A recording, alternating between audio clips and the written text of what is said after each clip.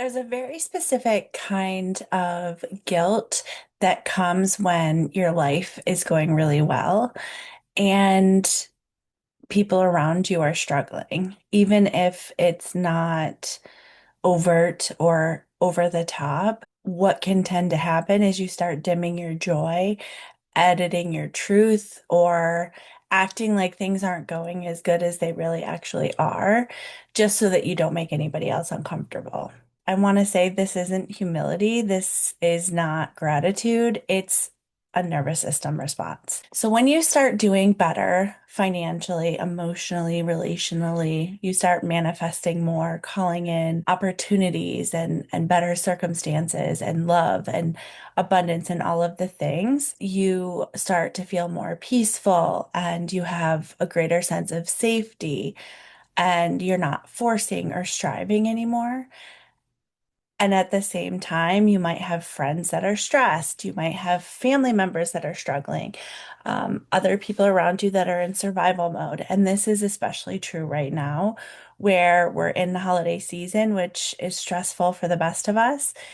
And it's more in your face that this is a time of seeing the suffering of other people. If you are in a position where you're doing better than you ever have before while witnessing others struggling, you might start to minimize good news. You might add disclaimers like, I know I shouldn't complain, but you start to downplay your joy or worse, start to feel guilty for wanting more. It can feel like downplaying your joy and your abundance and the positive things that are happening for you around other people is being a good person, is being helpful in some way.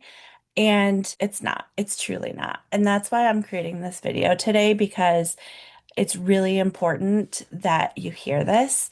So, why does the guilt exist? I mean, I could talk about this for days. It's like the guilt is there for a reason, and it's not moral. It's relational and energetic. It is learned. It is like fused into our DNA on purpose. And why, right? It's like you were conditioned to bond through struggle. And this is a big one. And when you start to see the guilt for what it is and see how dynamics play out, once you start to remove yourself from that, it's like life can get better and easier. And also it makes a bigger ripple. Okay. So being the one who is doing well will feel unsafe if you have been taught this, which most of us have been. Somewhere you learned if I rise, I might be abandoned. Or you've actually started to do well and people have gotten jealous, or it might seem like that, or you've lost relationships. You actually have been abandoned. So it can be difficult to feel like it is safe to not just succeed, but to be witness in your succeeding. Another one is if I'm happy while others are hurting, I'm selfish. This one I hear a lot from my clients, particularly women. And it's interesting because the women that work with me are some of the most selfless people I've ever met. And so it's like, uh, no. So I want to say this really clearly so that you hear me. Most of us were taught that success separates us and suffering connects us.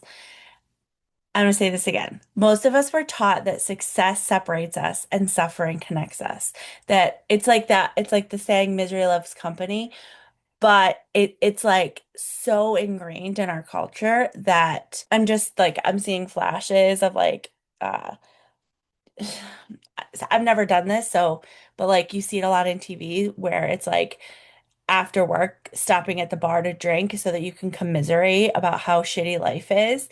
And why? Why is that, right? And so it's without getting into it, like the read that I'm getting right now, like what I'm seeing is it's like that's on purpose because if the population is not happy, is not feeling joyful, is in love with their work and is in love with their lives, you're not going to be spending money on shit to try to fill that void. That's a big part of it, right?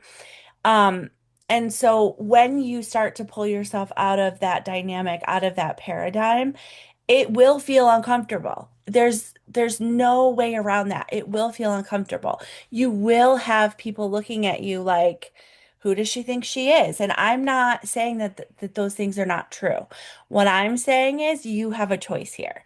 You have a choice to change this part, this facet of what success looks like for you. Here's the other piece of it is when you are pretending that your life isn't good, when you are pretending that you aren't in a good place, that you feel safe, that you don't feel stressed, that you feel a sense of peace and security, and you show up the way that everybody else is or the people that are suffering in your life are, you're not actually helping them and you're not protecting them. What you're doing is withholding the frequency of possibility. You are withholding being the example to others of what is possible. So your joy does not take away anything from anyone, but hiding it doesn't help them either. When you dim your light to make others comfortable, you are unconsciously telling them that thriving isn't safe. You are perpetuating that dynamic, that belief that we have been conditioned to believe that thriving isn't safe, that other people will be judged harshly just as well, that it is not possible for people like us to be successful, all of these things. And that is not kindness, that is fear disguised as humility. That is fear disguised as being selfless. And it's uncomfortable to shift this. I'm not gonna lie, like it is uncomfortable and it is also necessary. So, what is the difference between bragging and being fully alive? So, bragging needs validation. So, you're sharing how good things are because you need the validation back. It performs happiness. It tries to prove worth. So, it's like sharing wins only because you think that that's what you need in order to be happy. Well, if I have the success, then I'll be happy. But having the success doesn't make you happy, so you need other people to witness you in it. Therefore, you can be happy. And it's like it's also performative. It's not helpful and it's not true. And it actually doesn't feel good at the end of the day. So being alive is calm, it is grounded, it is not trying to convince anyone of anything. It is being in this place of deeply feeling how you're feeling moment to moment, and that includes the highs and the lows. And here's the thing, you don't need to announce your happiness, but you also don't need to deny it. There's this fine line between not bragging and hiding, right? So what I'm saying is you don't have to walk into a room and be like, guess what, everybody? But you also don't have to walk in the room and shrink yourself so that your full expression, your joy doesn't impact others, right? And that's really the point that I want to drive home is that you get to be honest without oversharing, without like going into purposely hurting other people, right? You can feel grateful or be grateful without apologizing for the good things that are happening. You can be successful without explaining yourself. So you don't have to walk in a room and be like, guess what, everybody? But you also don't have to explain yourself if somebody's like giving you feedback. Okay, so how to handle this, right? The biggest thing that I can tell you is continuing your regulation practice, breathing, being present in your body, slowing down, paying attention to the sensations in your body. And so this is regulate before you respond. And the way that I uh, worked on training myself to do this is I would write down respond, don't react. Respond, don't react. Take a moment, right? And so when you feel like you're being activated, maybe you feel tightness, maybe you feel like, for me, I always say it's like a flare, right? Like I get a flare of heat and I'm like, oh, I'm feeling triggered or I'm feeling activated. It's like, don't respond from that place because generally what's happening is not what your body is sensing is happening. It's that trauma response, right? And so if you can just take a moment and regulate before you respond, you can train yourself to feel safer and safer in these situations where you might sense that you're wrong just for existing because you are doing well or perceiving yourself as doing better than others. So notice when your body tightens before you speak about your life. Notice when your body flares. Notice what is happening inside so that you can control yourself and your emotions and not perpetuate that dynamic. Let people have their feelings. Let people have their feelings. Other people's discomfort does not mean you are doing something wrong. And it's like, I need to hear this again and again and again, right? Even myself. It's like some of us, a lot of us have been trained to manage other people's emotions and their feelings. And so when we start to do better, it can feel like we're having a negative impact on somebody else's emotions or feelings, and that is our fault and we need to fix it. But that's not a healthy dynamic, first of all. Second of all, like you're not responsible for how other people feel and their emotions. And it's like, yes, but I love them and I don't want to put them in a position where they feel less than because I'm doing better. And it's like, that's not your responsibility, first of all. And it's like, even saying that, I'm like, oh, what do you mean it's not my responsibility? It's not. You're allowed to outgrow dynamics that require you to stay small.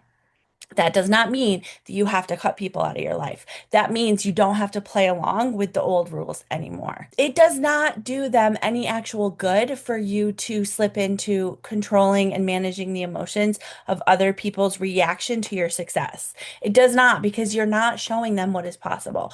You are showing them that you don't believe that success is possible for them. You are showing them that you don't believe, you don't trust in their ability to be happy for your success. And it's like, oof, oof, I don't like that, but it's true. This is something that I feel like doesn't get enough airtime. But you don't need to be relatable to be loving. Choose resonance, not relatability. You can be compassionate without collapsing into other people's pain. You don't have to meet other people's pain to fit in with the room. You can be compassionate, you can be empathetic, you can be yourself, but you do not need to make yourself small to make other people comfortable because that is not helping them. It might feel like it's helping them, but in the long run, it's not helping them. And it's sure the fuck not helping you. So you are not required to struggle in order to be a good person. It's like, can we like put this on billboards, please? You are not required to struggle in order to be a good person. You are not required to suffer to belong. And if you are, maybe you do need a new group. Maybe you do need different people around you, but you do not have to suffer to belong. You don't dishonor anyone else's pain by allowing your life to succeed, by allowing your life to flow, by allowing better and better things to come into your life. It's not harming other people unless, you're doing like shady shit. It's not harming other people for you to experience more and better in life. Your peace is not a betrayal. It is evidence of what is possible. I am showing others what is possible. I am showing others that there is a better way, that there is a new way, that we don't have to blindly follow along with the way that we've been conditioned by society, by religion, by fucking all of it to stay perpetually in the victim, to stay perpetually not quite ever reaching our goals or our success so that we continue to, spend money on shit that we don't need so that it will like keep the economy going, like all of the stuff, right? It's like you get to show others what is possible by you living the life that feels really fucking good and that allows for your peace and your joy and your safety and your security. It is evidence of what is possible. So if this resonated, this is the kind of work that we do in my world, and I would love to support you. If you want more information, you can go to the link in my bio.